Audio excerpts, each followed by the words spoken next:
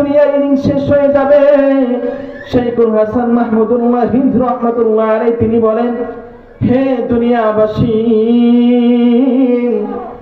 আমরা যখন পরীক্ষা দেই, যখন কোন ক্লাসরুমের ভিতরে আমরা পরীক্ষা দেই, 2 ঘন্টা সময় থাকে, কথা বলেন ঠিক কিনা?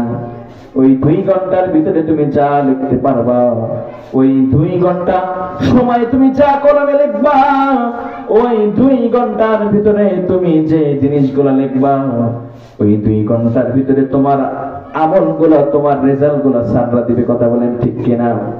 2 ঘন্টার পরে যদি 200 পৃষ্ঠা তুমি কলমের কালিতে লিখে শেষ করে ফেলো, যদি সারাদিন তুমি লেখো, ওই 2 ঘন্টার যে দাম, পরীক্ষা শেষ হওয়ার পরে আরো 10 ঘন্টা হল রুমের ভিতরে তুমি 20 ঘন্টা লেখো, ওই লেখার কোনো দাম নাই।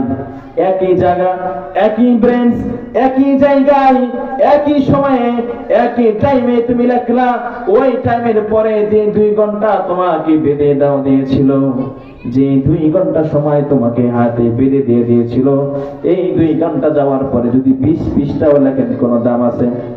আল্লাহ রাব্বুল আলামিন বলে, হে বান্দা, ইখতিতামে জিন্দেগি, যে সময়টা তুমি পেয়েছো সর্বোচ্চ সঠিক কাজে লাগাও। আমানুত্তাকুল্লাহ, এই আয়াতের উপরে আমল করো। হাক্কা তুকাতিহি ওয়ালা তামুতুন্না ইল্লা ওয়া আনতুম মুসলিমুন।